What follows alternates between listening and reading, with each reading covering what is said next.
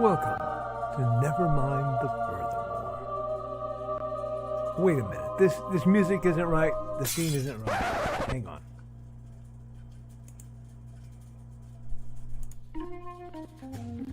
That's more like it. And now it's time to the show for all creatives. Nevermind the Furthermore. Your source for conversation, inspiration, and fun. With your host, Nicholas Anthony Tockert. He's an artist, a writer, a swordsman, and a game designer. He knows how to use the sword and axe in historical battles without anybody getting hurt too much. He's also the Manatee Man, master of marketing. And he may even have a guest or two. One thing, though, to be certain. Just don't call him a cryptid. With that, it's about time for the show. So sit back, enjoy, and have some coffee and chat with us.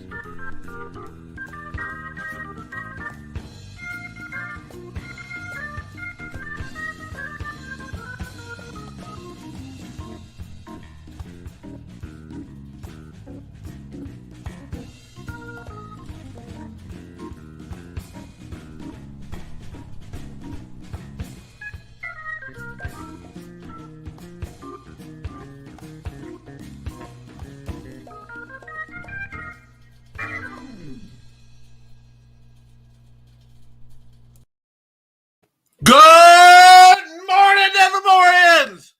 I'm your host with the most, Mr. Nicholas Anthony Tockert, and before we get into the more important people that'll be in the chat, let's get some stuff sold. And by stuff, I'm of course referring to the simple sword, the finest way to learn how to sword fight. Go from never handled a rapier to teaching others the fine art. The fighting axe, a basic intro to how axes work, how to use them both in combat and in tool life, and the simple spear, a lovely book on the 500,000-year-old weapon that everyone should know how to use. Also creator of the Big Stumpy Robots core rulebook, because as it gets colder, folks, you may want to sit around and spend quality time this holiday with your loved ones, and nothing says quality time like rolling dice and blowing things up. Big Stompy Robots. There's lore for the people who want it, and chaos for the people who need it. Remember the golden rule. When in doubt, pick the option that blows more stuff up. Now, that's out of the proverbial way, my neck knife's being a little annoying. We, dear friends, need to get a little bit into accountability.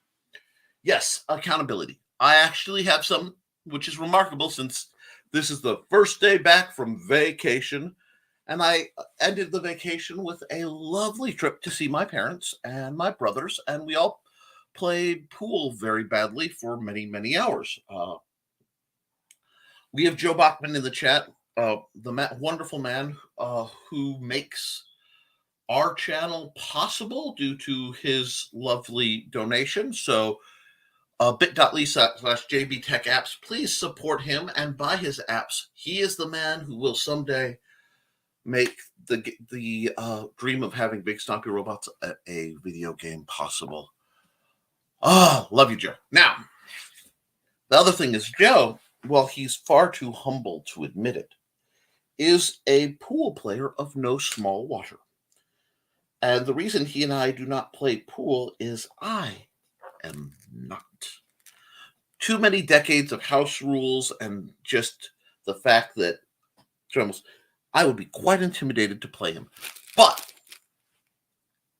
pool's a great thing and we need to bring it back. Now, back onto my accountability. Shout out to my family if they watch this. Love you all. Especially to Mandy, who is currently working at the Benton County Public Library, ensuring literacy and education and entertainment spreads among both adults and youth alike. What a wonderful woman. Add to those who follow, Thursday night, I will be there running the RPG night for the teenagers and teens and basically anybody else who comes rumbling in with the kids.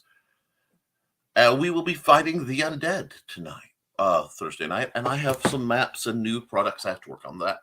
So that's part of my plan for this week. But accountability-wise, yesterday I signed the contract for having my part in the Out of Obscurity comic, which means I will have my first true comic writing credit under my belt with Luke Stone.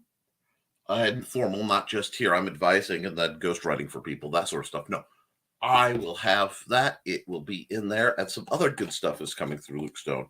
But it's so nice to have open contracts where you can see everything. It's just transparency in business is necessary.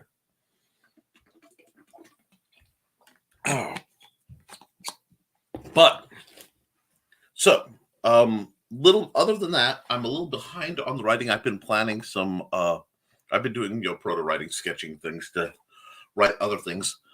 Every once in a while I'm not quite the pantser that I look, especially when it's what I call nonfiction, semi-nonfiction. So I've been doing notes for my new game design book, which the Gizmo Glitch Guide to Game Mastery is a definite 2023 project, but I need to kind of percolate that while I am not working.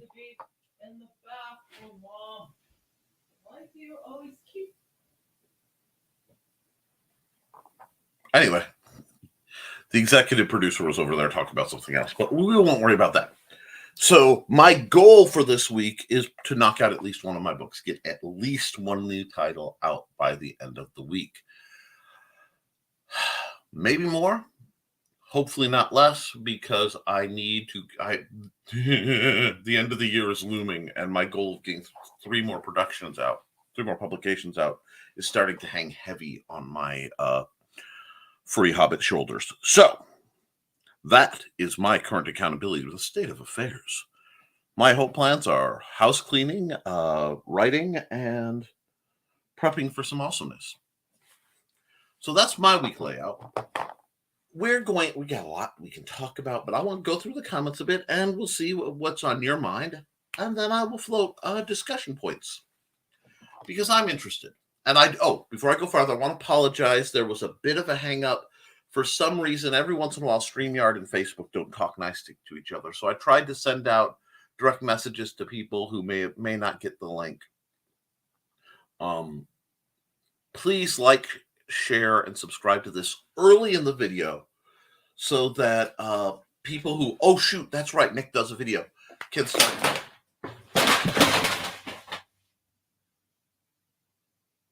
Yeah, I saw. I didn't do it. The book I was looking for, the notes I was doing on the book, jumped off, took out a swing cutter, which then descended on a pumpkin that was planning to attack me. I am seeing what's going on. Once again, the assassins have failed. Moving on to your comments because they're more interesting than mine. Pow. Good morning and happy Monday, folks. Happy Monday, Joe Bachman. I hope you're doing well. Accountability. No, come on. There we go. It's a very Monday. Got a bit more of the coding tutorials done. Looking forward to wintertime to be able to focus more on it. Ooh, so am I. I want Joe to be the next Bill Gates, but, with a soul. I'd say Elon Musk, but I'm not speaking on the topic of Elon Musk right now. Anyhow. Wow, my stomach just roared at him. Morning, folks. Accountability. Jack all. I slept most of the weekend, Thursday, Friday. Kicked my copious buttocks. Well, that's Monday. I hope everything is well. And Carl says, thanks for the link. Nick, found my way here. Yeah, I am sorry. I spent way too much time fighting a problem that froze everything up. Hope you're doing well. Better, Rich? Good morning, Rich and Carl. Yes, we got greetings. I'm doing all right. Survived another weekend picture of the wife at breakfast, and I love those because the look of murder and then, charm, it helps me deal with the fact that I miss you guys so much. Ribbit. From the desk of Small Press Pub, Nick is having some issue. Please stand by. And that is true. He was having issues, but now he's doing so well, he's going to run. Hi, I am Joe D. McPhee. I am the host of From the Desk of Small Press Publisher, and I want to cordially invite you to watch our show Saturdays at 9 p.m. Central Standard Time. On our show, we will have different guests as well as talk about the comic book industry and pop culture. And every so often, I might actually do a drawing session or a 3D rendering session every here and there. So once again, I want to invite you to watch From the Desk of a Small Press Publisher right here on the broadcast channel that you're looking at, whether it be Facebook, YouTube, or Twitch. Hope to see you there, and make certain that you catch From the Desk of a Small Press Publisher at 9 p.m. Central Standard Time. Thanks. Thank you, Jody McPhee. And if you want your commercial on here, just like Joe's, reach out to me. We can come with a very, very affordable rate for advertisement, because I'm trying to get some actual sponsors on my program aside from Joe Bach Tech Apps. But let's keep trying. Got a DM from him. Yeah, I tried to send it out to the people I know often have glitches with Facebook. Apparently, it didn't want to boot into Facebook, so it froze everything up. I don't know why. It looks like it's clear, but I'm not seeing people coming in from Facebook, so we're here. Donna, Carly, and hello, Donna. He will be here shortly. I try to warn you guys if I know I could run late. Even if I don't run late, I like to give a heads up. Oh, and we got greetings and another comment dump. Okay, cool. And more greetings and hi, Grant. Right on time. Well done. Morning, Grant.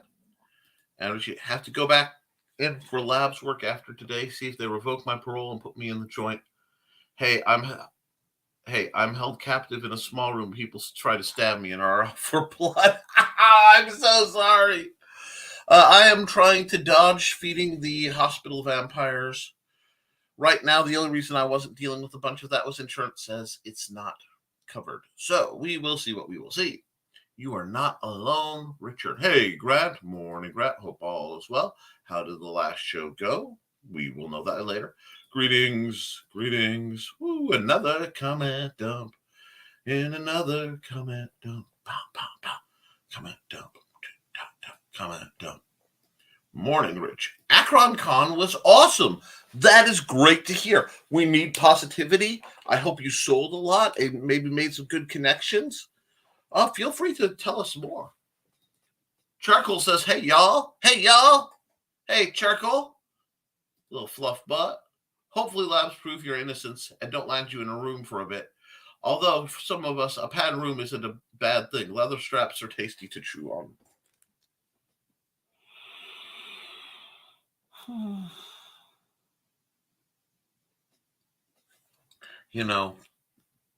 I love my friend Trelena. And I love Joe. And every once in a while, Trelena will look at her loving husband and say, hey, Mr. J. And it gets me, guys. It gets me. It gets to me because I have this thing. And, it's a hangout. It's one of the things I want to talk about. I like when I see actual, couples or more, I don't judge, but romantically getting along. And I know that's not good drama. Okay, that's next. But it seems like there is very rarely depictions in media, writing, TV shows, movies, comic books, of just stable, healthy relationships. To the point, I think part of the reason so many people don't know how to have one is no one talks about it. No one shows what a stable relationship looks like.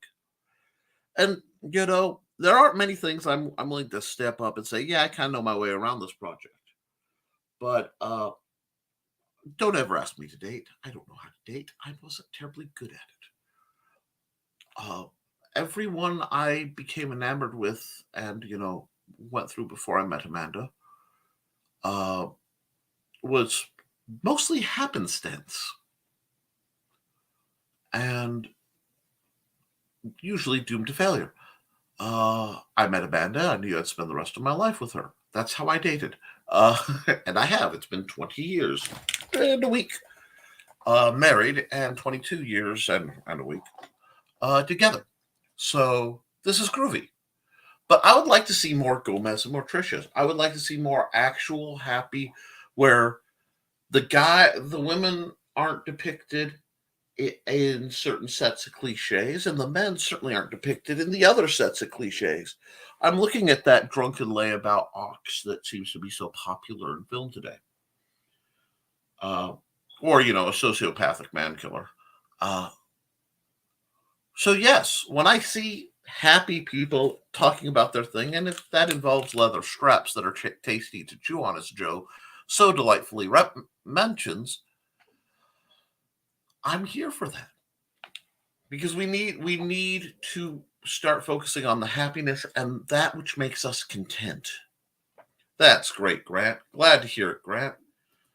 I'm looking forward to Regent Con early next year in NWI. I have to send that man money. And Brian Rodman got my link.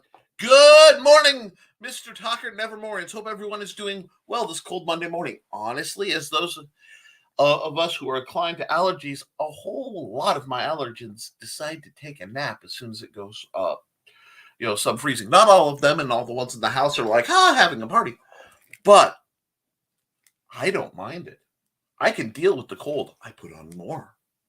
I am chunky and furry. I am functional in the cold. Or I'm a floaty potato in the heat, which is a perfect place for me to be. But glad to hear you.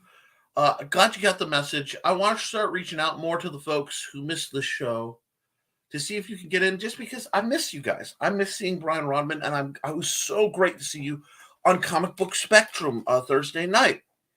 I know your health is a major challenge issue, but I want you to never feel isolated or, alone, because we all love you, and I'm looking forward to seeing what you're doing. And speaking of that, I haven't gotten to do this in a while, but I do want to at least plug Memoirs of an Angel, Mr. Rodman's seminal work.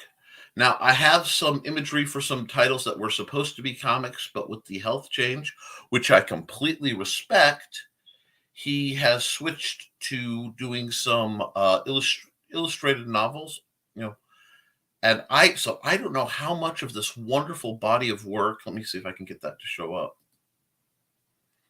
that is coming will be written in that, but I do want to promote it in whatever format it needs to be, because I'm going to tell you a secret. Yeah, I'm on shows devoted to comics, but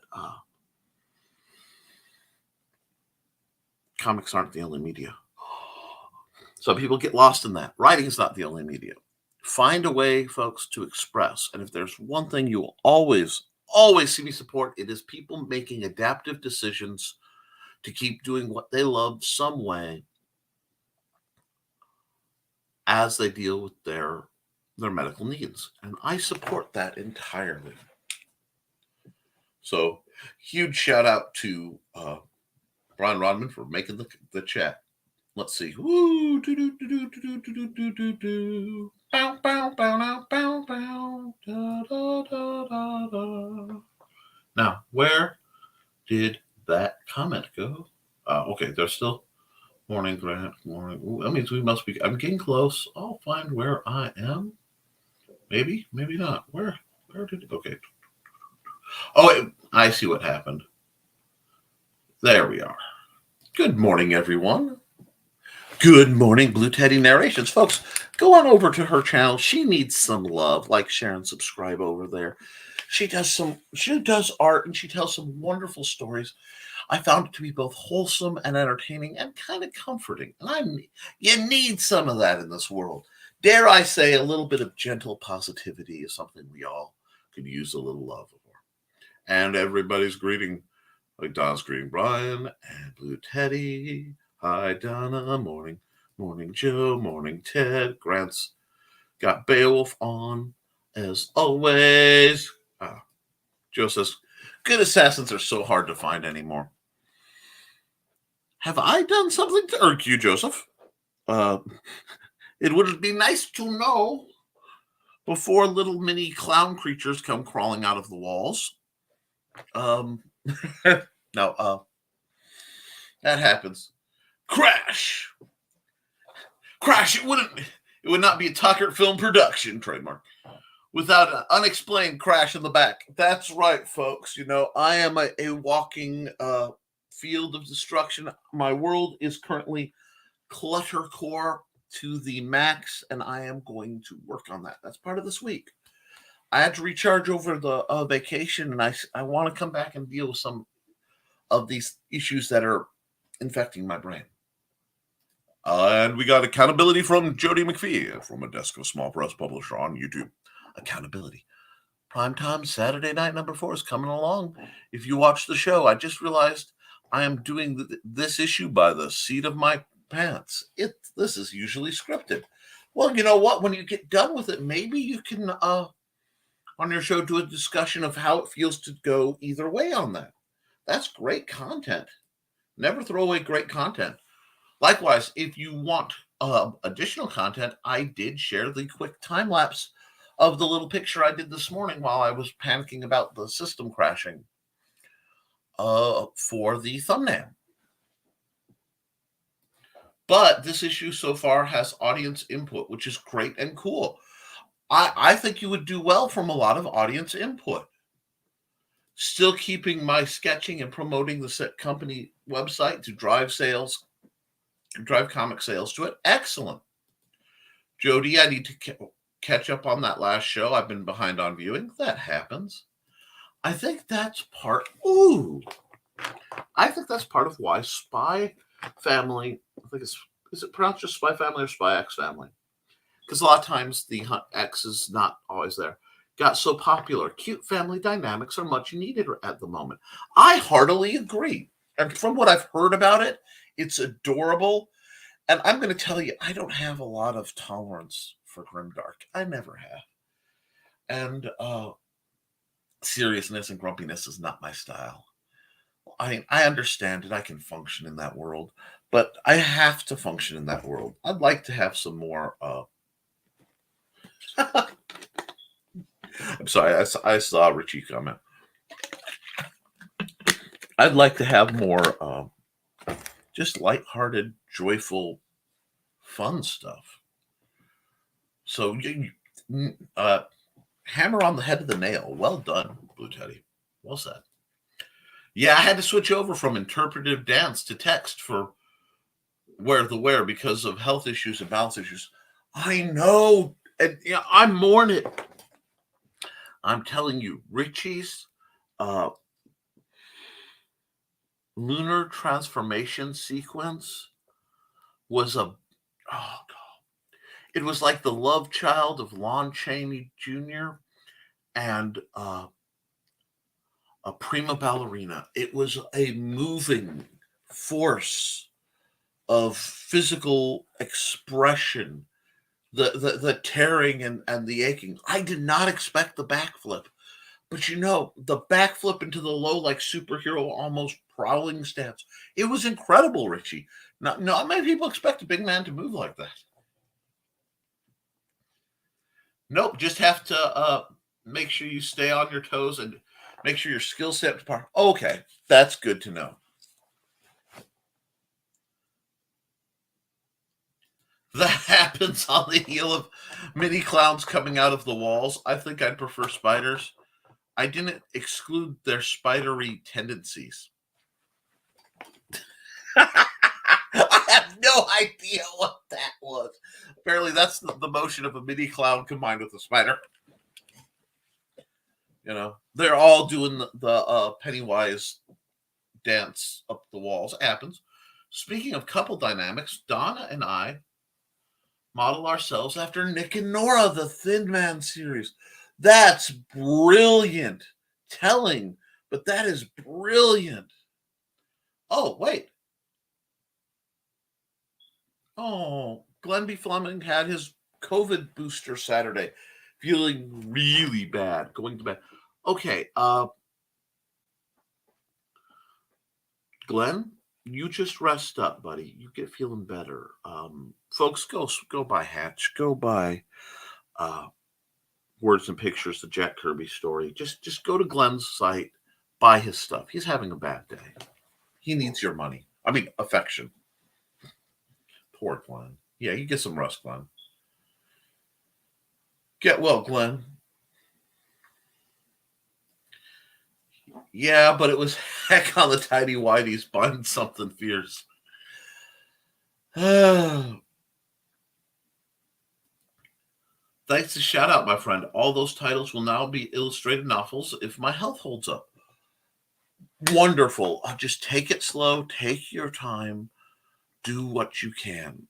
Any way we can support you around here, we absolutely will. The only reason I held back on pushing stuff was I didn't want to push stuff when I didn't know your sort of progress and bounce. I've been there where suddenly you can't do what you did. And I do hope through medication and treatment and just it's cold, you get where you can do a bit better.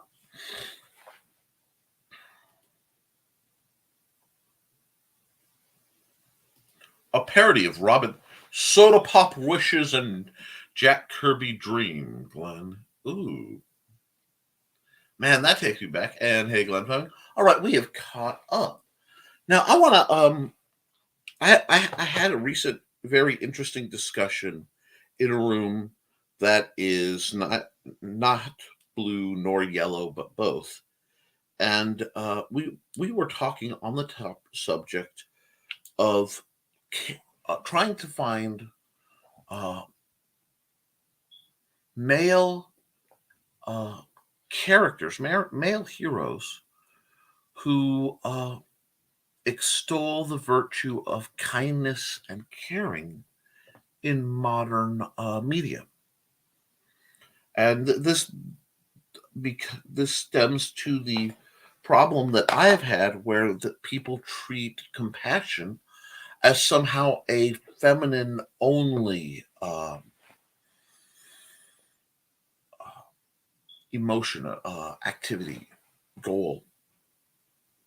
And it really bothers me. So I'm wondering, if you guys are writers, you create whole worlds.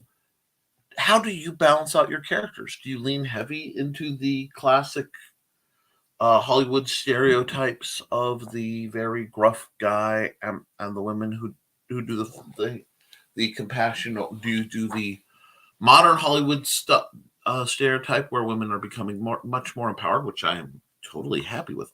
I find competence to be incredibly attractive. And not just confidence, because some people get confused and think I've misspoke, which I do frequently. No, competence, the ability to do things. This is attractive. It's a form of sapiosexuality, where you're attracted to intelligent people. I am very attracted to competent people, and not just in a sexual way, but I prefer to associate with people who are good at doing things and I can learn from, or, in some cases teach, but I end up learning from them anyway. I am blessed to very often be the novice in a room full of giants, especially online. And I take that as a great privilege.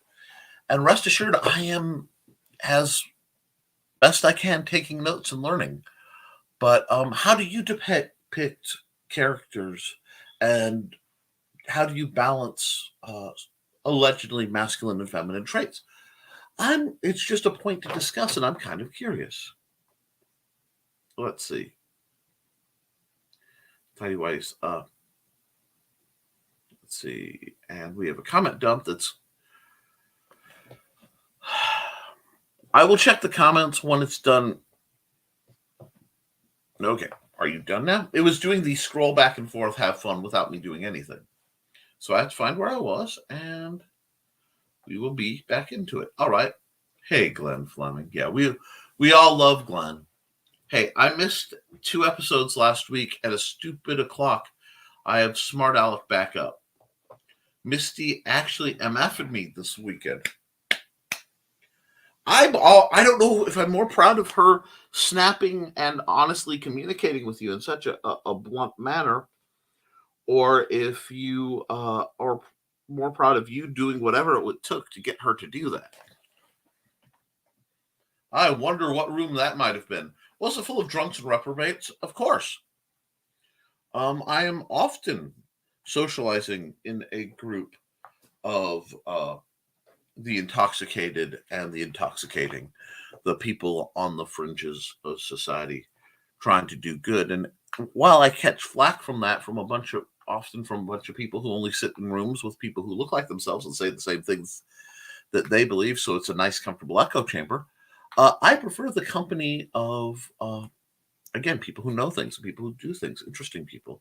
Plus, if you're going to do good in the world, it's kind of said doctors don't hang out with the well, which is a horribly pompous thing to say, but it's funny, so I'll let it slide this time. You never know what topic might come up in there. Yes, and there's always one topic that seems to happen during the start of my live stream. So, anyway.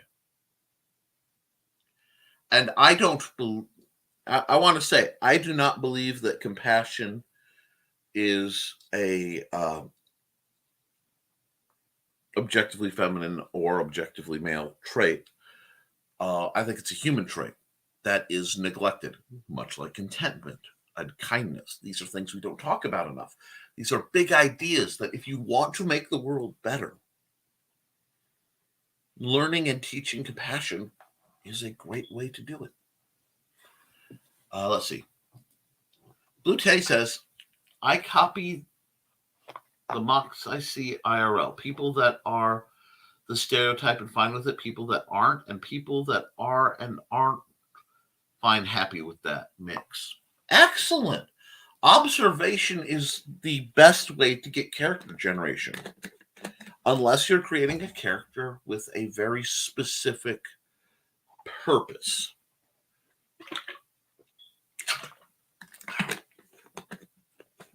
For example, if you know you're writing a certain genre and you need a bad guy, you may have to focus first on what they're doing and then build back from what are they doing to figure out why and what made them that way. But well said, Blue Teddy. Compassion is a womanly trait. Don't make me laugh. Some women these days are savage as knuckle-dragging men. To be honest, it's all about experiences and who you relate to. That's true. But I'm leaning more toward media. But let's see. Oh, way too much to type on the subject. My favorite MC of mine is a smart butt who doesn't care about masculinity, but is overprotective of those that don't appear to be able to protect themselves. But one of the most compassionate characters in comics has often been Superman. And that's when he's done right. Because for Superman to be Superman, in my humble opinion, and somewhere I'm sure Brian K. Morris, whom I love, is twitching. But he should, I think he would agree with me. The super in Superman isn't just that he has all these nifty abilities and he can fly and he's bulletproof and, new power of the week, whatever. When he's written right, he's a paragon of what we should be. Kind, compassionate, gentle. And there's a difference between being weak and gentle. tempered. While I do love to see him push to a point where he cuts loose because I think it's healthy for the character, and it annoys me when things are, when he's written poorly and it's too easy for him.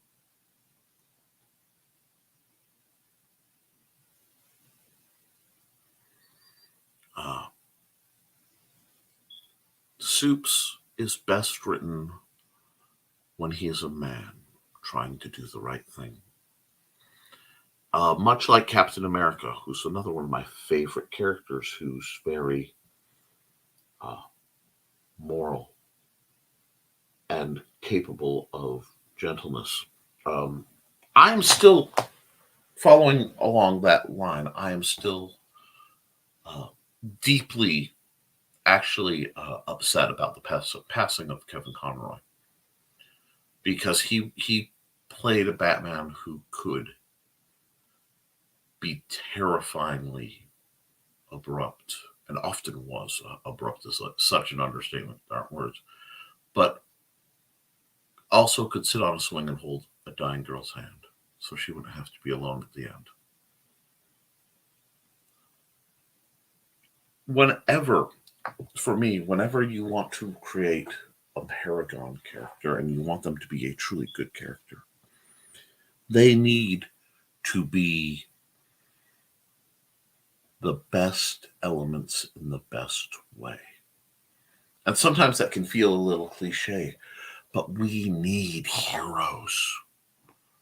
It falls out of style. People love the anti-hero. Everybody has fun with the anti-hero. But sometimes you just, who's the Boy Scout? Well, friends, in real life, having dealt with both, I'd rather have a Boy Scout helping me out with the thing than, a mercenary, usually.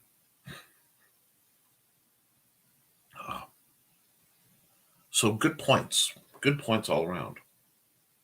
And golly, if you didn't say it perfectly, be the change you want to see in the world. Yeah.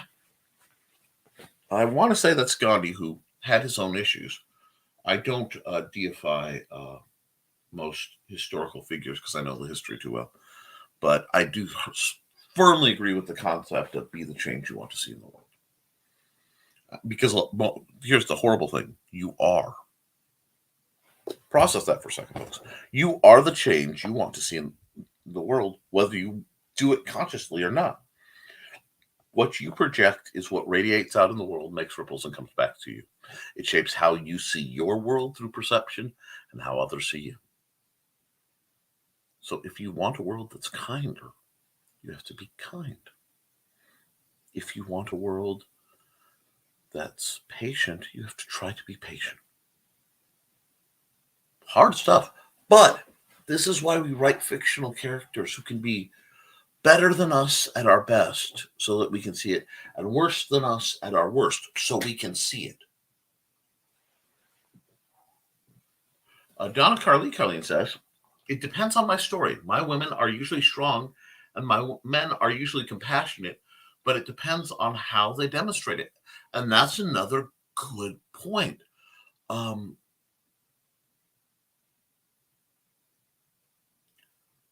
Women often demonstrate caring for someone very, very different than men. And I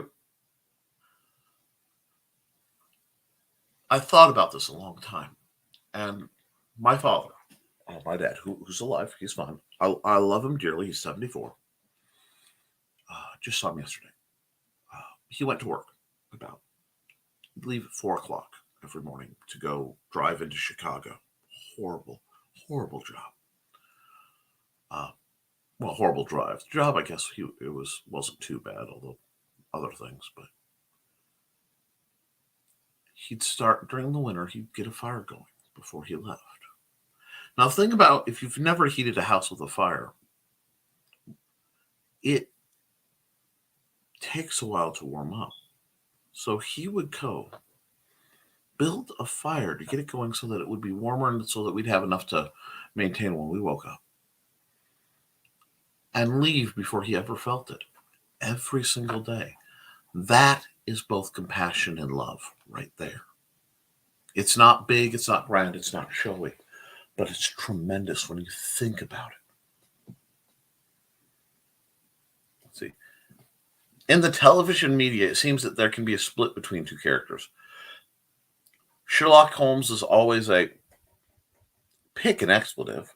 Wheel of expletive, turn, turn, turn. What's the expletive we should learn? But Dr. Watson is always sympathetic to others. Well, Dr. Watson serves both as the character perspective view, because for Holmes's brilliance to work, he has to be able to explain it to someone. So he is the ears and eyes of the audience very often. And yes, he is a foil to Holmes's darker side, because together they make a more complete person. Oops, and we had a comment dump, so let's see what else is going on. I just think of it this way. Traits of the character in works in science fiction is often based on experiences. Compassion comes more from the cause situation you write than an inherited trait.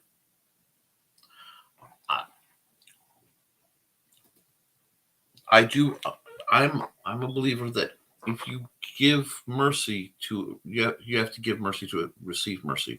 And if your characters aren't in a situation where they can give compassion, they wouldn't be able to understand compassion / mercy. And that is a delightful opportunity to write exploring that. You know, what happens when we don't give mercy to people? What happens when we don't show compassion? What happens to us? As does it harden our hearts? What happens to the people who are left to deal with whatever's on their own? And it's not necessarily a villain versus a good guy kind of situation. It can be, you know, the hardening of a hero who has gotten too tired of it or burnt out. Just about all these superheroes need advanced levels of counseling. And that's just for the tights alone. But no, that's a great point.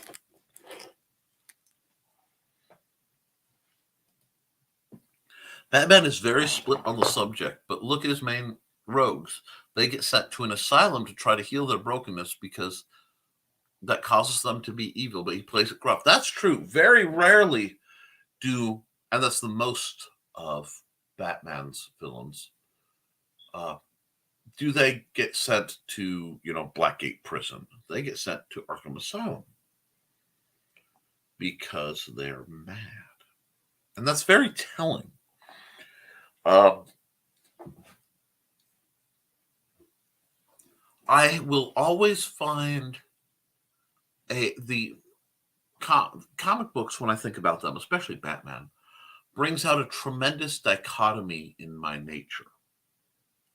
Because, and I will be honest with you, I work to be a better person than I am, and to not backslide into who I could be. So for me, compassion sometimes has to be an action. It has to be a choice. I am not blessed. I know some people who are blessed in that they think in only very good thoughts. I mean, I'm getting serious. They're rarely tempted by things. They think kindness. They expect kindness. I think it's because that's what they've known. I have to guard constantly against the temptation towards anger and the feelings of retribution and to become hard and jaded and cold. I make it a conscious effort. And I think Batman might be doing the same thing. And that's part of why, despite the actual events of the comics, he works very hard not to kill people.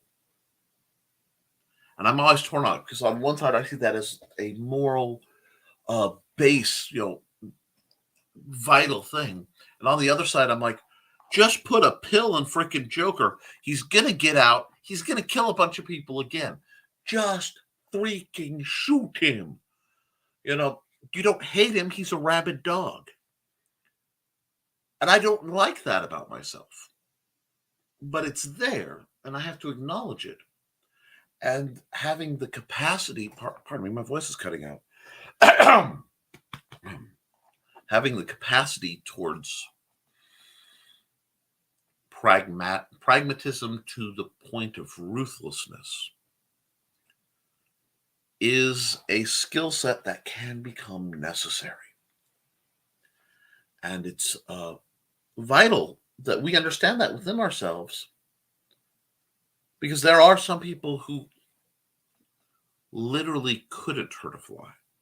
They are empathic to the point of true pacifism, those who succeed in my world. I'm a failed pacifist.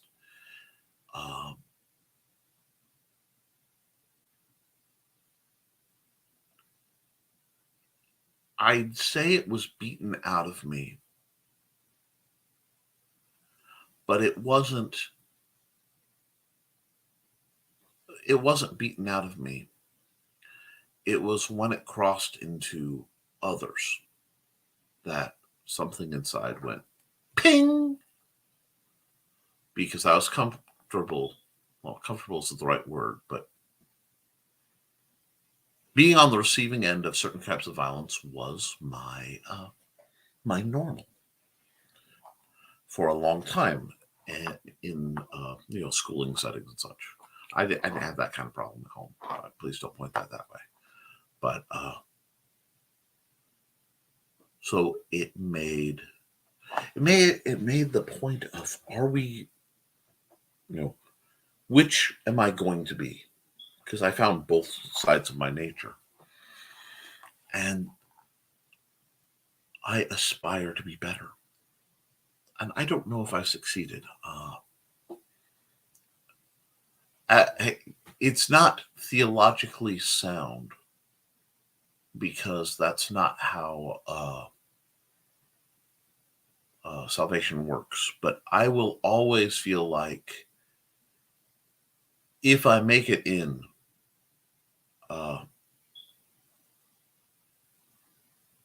into heaven when life is done, and if assuming that's all how it's supposed to be, I will be feeling like I'm getting in by the skin of my teeth. And if they hand me a rag and say the celestial toilets need scrubbing, I will be a very, very content person, because I get what's on the other side. But I'm trying to be better. And the only way to be better, one, is through honest self-analysis. You have to look at yourself. You may have to speak with professionals to find out about yourself. And then recognize the problems you have that can be dealt with and work on them. And the ones that simply will always be part of you, accept them. And when you accept them, you can do different things without removing them. It's fascinating. And I think when we look, because I see compassion, empathy as a very hinge pin emotion, and it's a mentality that we need to discuss, because it's so necessary in the real world. The only way to manufacture that discussion is either through deliberate indoctrination or presentation. We have to show people what compassion looks like. This is why we need compassionate heroes.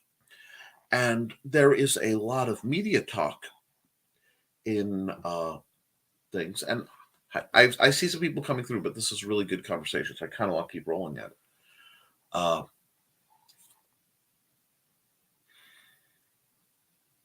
Media talk. The depictions of compassion are rare, and the only way we're going to encourage it in our society is to consider depicting it in our fiction. And in our lives as well, obviously. But for the vast majority of us, our creations outlive and outreach ourselves. So that's just something I wanted to put in your mind. I'm going to jump back in the chat because it looks like I've fallen behind a bit. I believe. Okay, we already did that. Yin Yang and an odd balance. Yep. Batman Bruce Wayne fears so much becoming like the villains he fight. He can't kill them because kill them because it might make him slip down that slope. Absolutely. And Cindy Koepp is, I'm here. Oops. Yes. FB is being a punk. So let's try it this way. I just don't have my link. That's okay. You're fine, Cindy. We are so happy to see you. You can take the Monday off from promoting everybody else. I will do what I can to promote you in just a second, but it looks like welcome to the dark side, Wave. Or is it? Let's see. While we're here, I do have Cindy's video. Now, as my voice is doing it's going to cut in and out. We will just run this quietly, so you guys will have to read.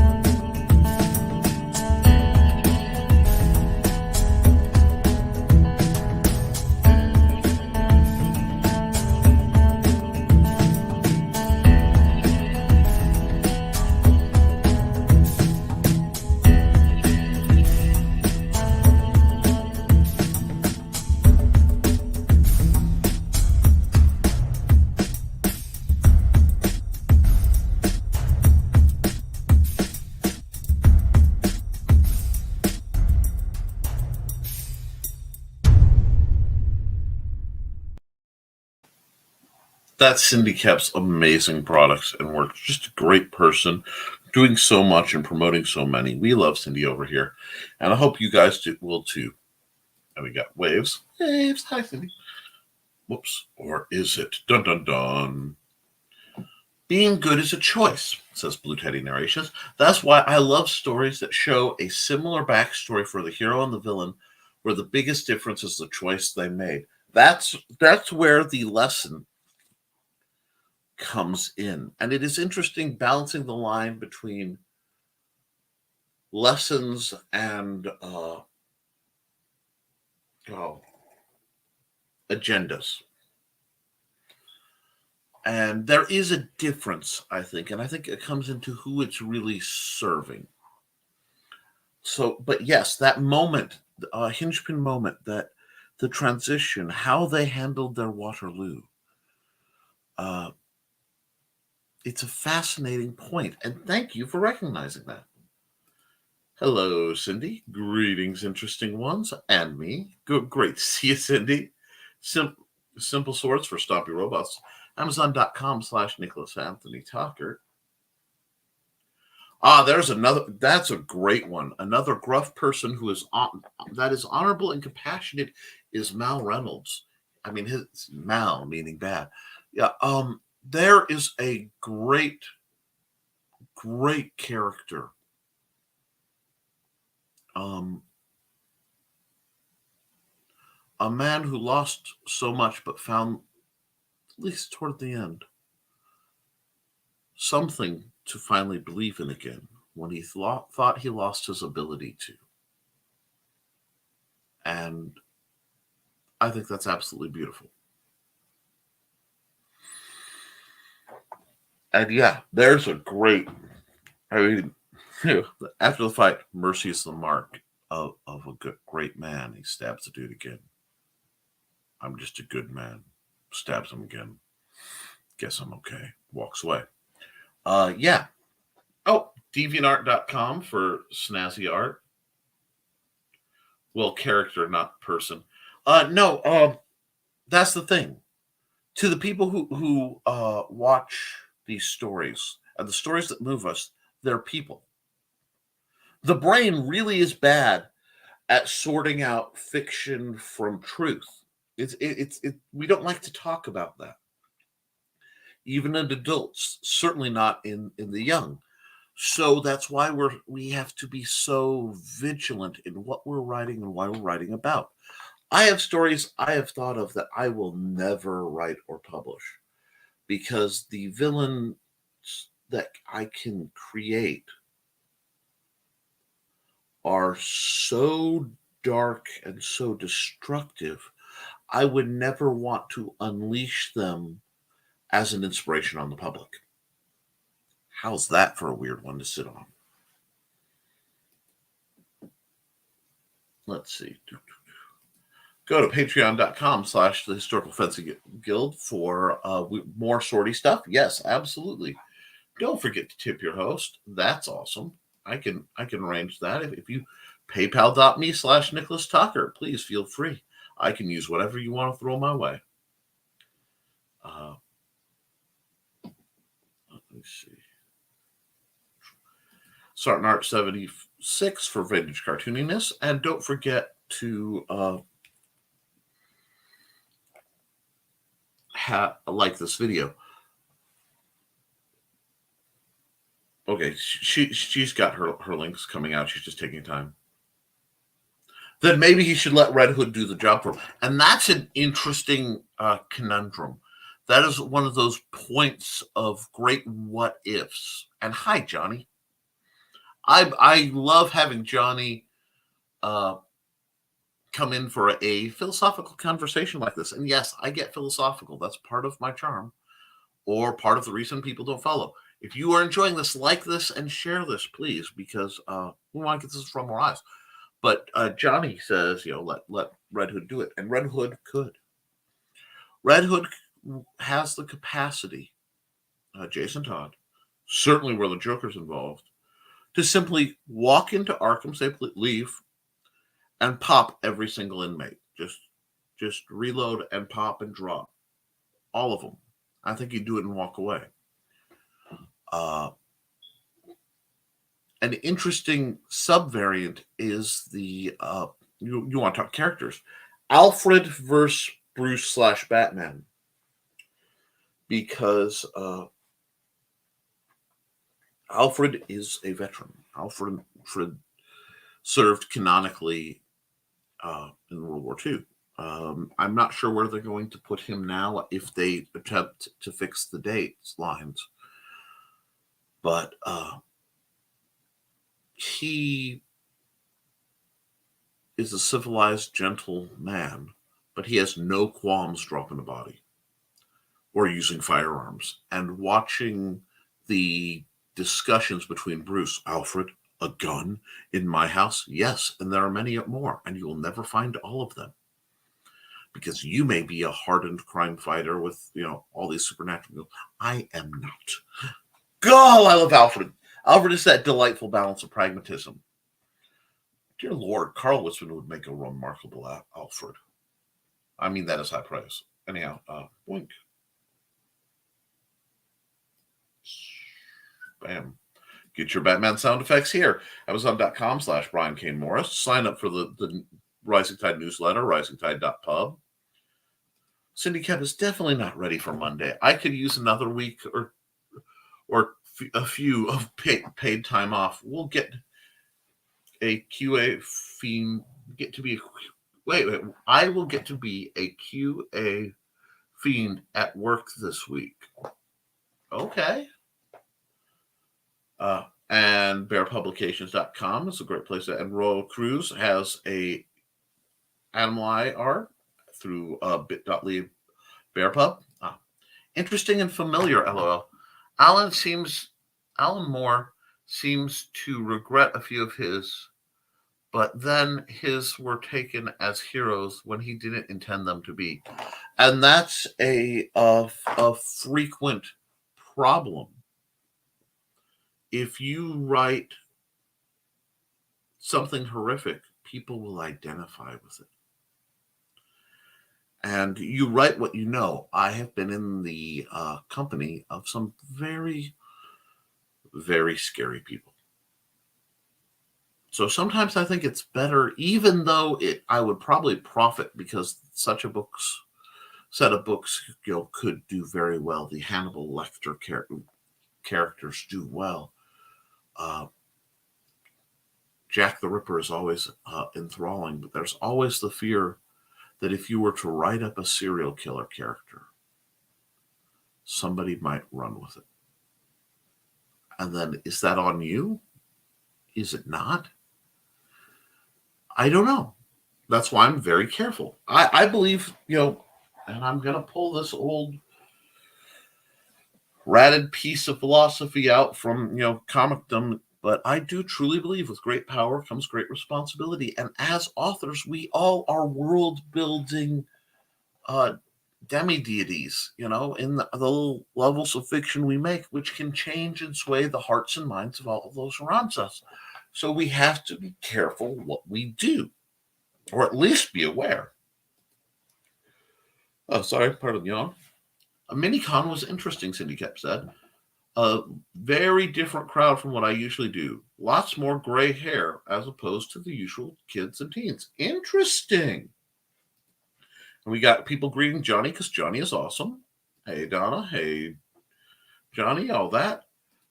One kid there with Grandpa critiqued the big hairy spider accurately. Number of eyes, lack of pedipalps, body size was too large to be feasible. That's actually pretty adorable. And I realize my banner is still up, so I need to let's do this and do that and see if it goes away. Comments.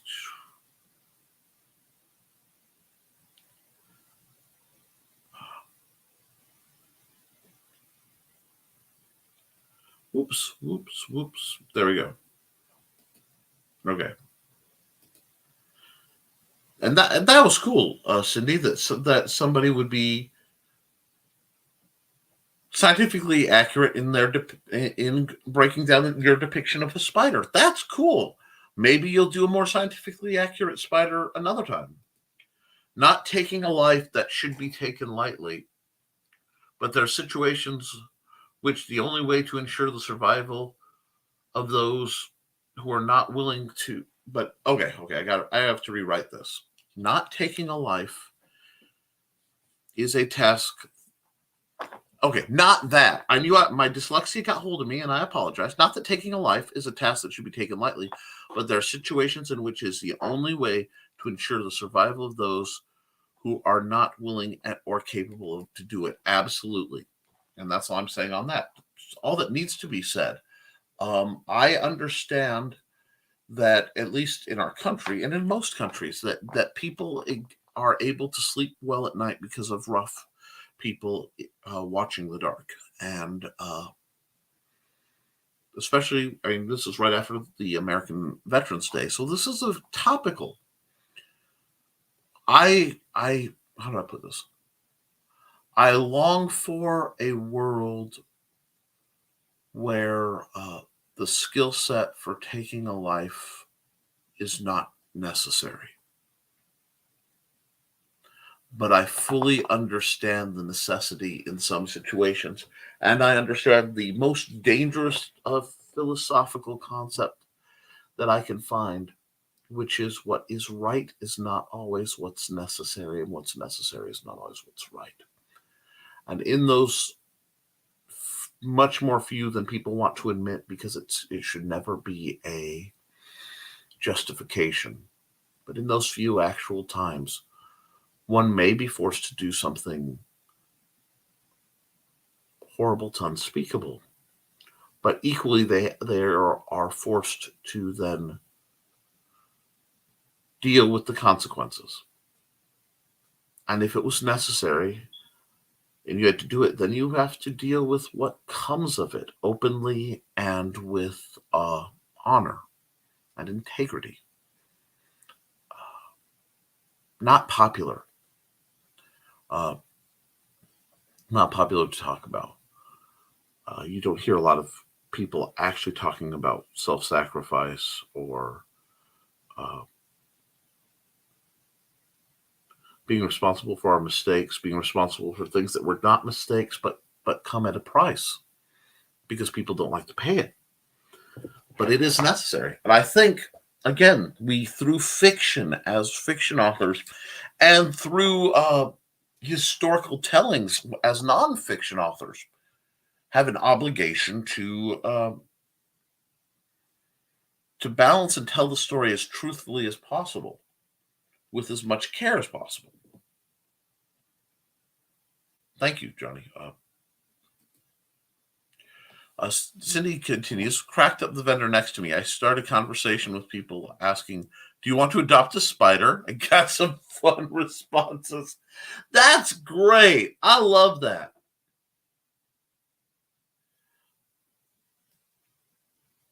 I must say this. Alfred is the voice of forgotten conventional wisdom from Thomas Wayne's days. He grounds Bruce in a nice way to keep Bruce from becoming so complex in approaches. That is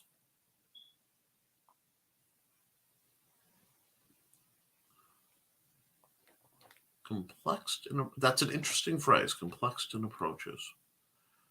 That is fascinating counterpoint too, because Bruce is so sharp, he will sometimes fail to see the simplest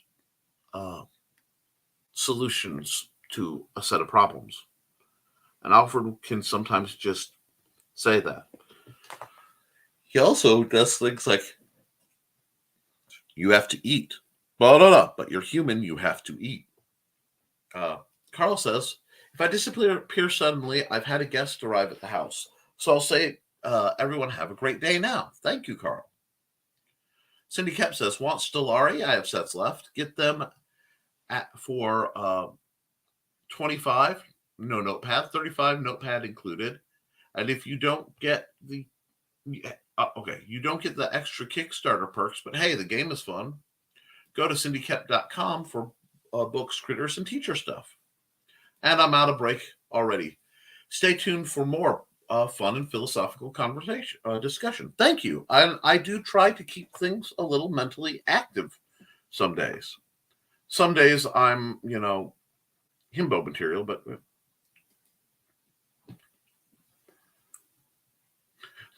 Johnny says, Batman doesn't want to kill the Joker? Fine. Let one of the cops shoot him once he has someone else in danger. That's what guns are for. That does bring back one of my favorite comic books. I got it. I think it's a free comic book day. But basically, a version of the Mandarin got a hold of one of Tony Stark's older Iron Man suits and went around impersonating him. And he wiped out the board for Stark Industries. I mean, he just showed up at a meeting and killed everybody in the Iron Man suit. Everybody's looking for Iron Man. And meanwhile, you have Tony in his new, very, very newer suit, which is either nanotech or little hexes that come out of a box and tink, tink, tink, tink, tink. And Mandarin's in a very tanky suit, an older model. And he's fighting them, and Rhodey takes Pepper around, I believe, to a secret lab where Tony has devised a weapon on the off chance that the singularity hits and tech becomes too powerful, that can basically beam down and shut off all Stark technology in a given area. And while this is all going on, the military's dispatched essentially an assassin who says, let him fight it out. Last Iron Man standing, put him down. Tony's too much of a threat, even if it's not him.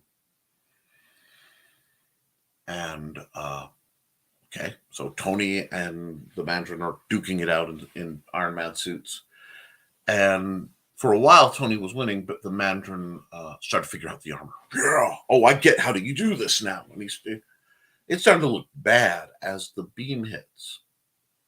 And the beam hits, and all the little panels basically fall off Tony. And he's in his, like, undersuit thingy. You know, the black pajamas. And, you know, they come and they start, you know, people, the police come and they start taking him away. You know, all these military types were walking around. But the Mandarin, the power stops, so the suit's mask opens up, but he's just stuck there. He can't get out. He can't move. He can't do anything. And the guy who was hit walks up and he says, you know what makes a superhero a superhero? There's something wrong with them. They can't finish the job. They just can't do it. I'm not a superhero. I'm a soldier. And he puts a 9 to the guy's head and blows him away. Now, this is horrific, and I think this is a what if or whatever. But it's telling. And you got to wonder, because that was a story that made me stop and think, and that was the power in it. How do you balance the superhero versus that? And I think we need to weigh that discussion. Let's see. In response to this is what others. Lute says, in response to whether or not writers are responsible for what they write to a point, but there's a limit to how responsible you can be. Absolutely. I totally agree. I also am of a tendency to hold myself to very strict mores. I have a very strict set of rules that I hold myself to that I don't hold others to, because my rules aren't your rules. That's one of my rules in that complexity, is that I want to treat others how I want to be treated. And part of that is letting them set up their own rules. I don't know if that makes sense, but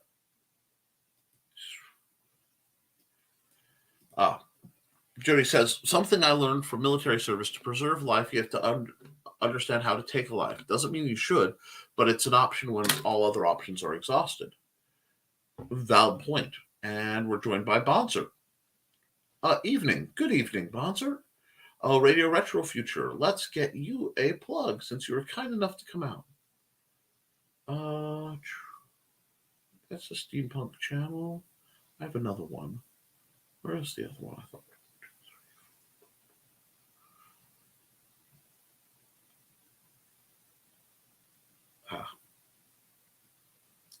Yes, let's do the steampunk channel. Greetings, fellow traveler. I am Dankard Lexicon. You're either here because somebody directed you here, or because of the strange currents inside the algorithm. In either case, welcome to Radio Retro Future, where we talk about steampunk and other forms of retrofuturism in pop culture. What is steampunk? Well, I'm glad you asked. Steampunk is a combination of science fiction and alternate history, wrapped in a delicious dough of Victorian pulp fiction and modern-day pop culture tropes. You still want to know more? Go check out our ongoing Steampunk Beginner's Guide, the series which explores the genre, aesthetic and culture. Or you can check out the community's musicians, inner teledrama, steampunk music for Fallout. Yes, a actual steampunk-themed radio station for the game Fallout 4 that is part of the mod Old World Radio 2. Or you can check out the Radio Retro Future podcast, where we have interviews with writers and other types of creators within the international community. On our second channel, the Retro Future Research Foundation, on the other hand, we have story videos like Tales of the SCP Foundation, readings of Lovecraft and related writers, lore explanation, and hopefully our very own narrated series of original short stories called The Association of Ishtar. If you can't wait for the narrations, you can read The Association of Ishtar by following the link down below.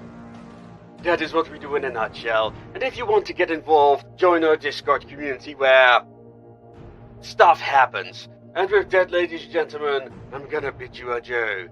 And as always, make things your way.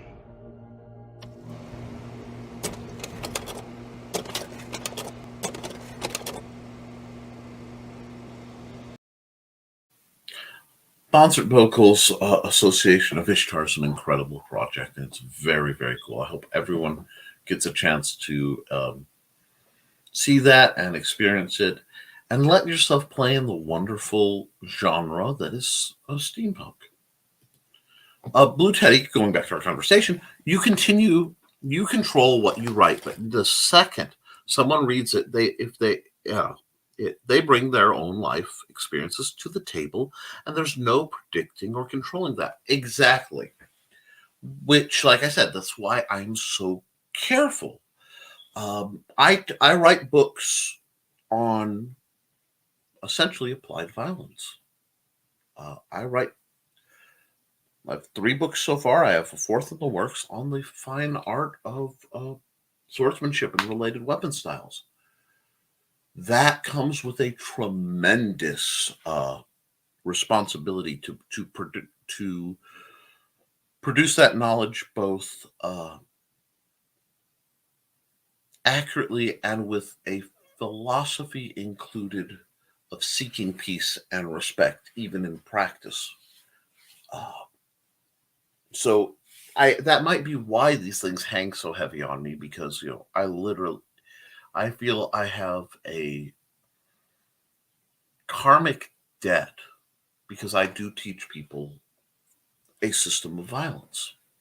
Now, I teach people a system of violence with the intent of using it to teach control and empowerment and to make them safer. But there are some people I know who have misused that. And that's a weight I have to carry. And because I carry that in my nonfiction, I have to carry it to my fiction. But I don't know, like I said, finding where that line is. So very good point. Very good point. Hello, radio. Gotta go visitors here. See y'all Wednesday. Bye, Donna. Bye, Carl. You guys have fun. Also, to the superhero question, their philosophy that they subscribe to plays a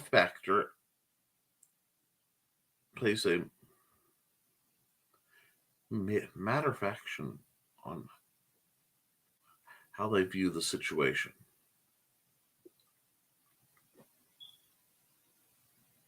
Major factor, maybe? A major factor on how they view the situation? There has been a time where Wonder Woman confronts Bruce with the idea that he approaches the problem with his rogues the wrong way. She points out that Mr. Freeze has the resources to assist him where he wouldn't have been a rogue in the first place. And caveat, this is the opinion of Jody McPhee. Batman is very flawed. Why I don't like him. He himself is as crazy and a villain like his rogues. And that depends in part on how you perceive him. And there is some accuracy to that. But no superhero is truly sane. I think that's it by our definition. You have to at least be severely neurodivergent and have issues, because if you could function and blend in smoothly with society, you certainly wouldn't be a superhero. But interesting point. Now we are at an hour 20, and we've already lost Donna and Carl. This has been a fascinating conversation. If you wish to continue it next week, I will be more than happy to. If something new comes up, I would be more than happy to discuss that as well. I'm sure something else will. If you get a second, you can watch the very short, like 20-second time lapse of today's thumbnail picture, which had nothing to do with anything other than I am trying to transition from Halloween to Thanksgiving mindedness. And in part of that, I am so grateful to have each and every one of you watching this, commenting, putting out what you feel and how you feel that way, and why. It's a fascinating discussion. And that's what I'm here for, to entertain, to elevate, and to have these kind of often philosophical discussions, because I think these things make us better people. Um, I think one of the greatest tragedies is the unexamined life. I have no problem with somebody who's looked at their life, figured out what they want, and are content, or on a clear path towards contentment. I want to go here. This is it. But the people who never look and think about why they think and feel the way they are, I think that's a tragedy. So thank you for both being so sapient as to discuss how you feel about these things, and engaging this little conversation with me as authors, writers, and comic creators, along with game designers and other sorts, meet up for Nevermind the Furthermore. I will be back right here Wednesday, the 16th, for another episode of Nevermind the Furthermore. I hope to see you all then.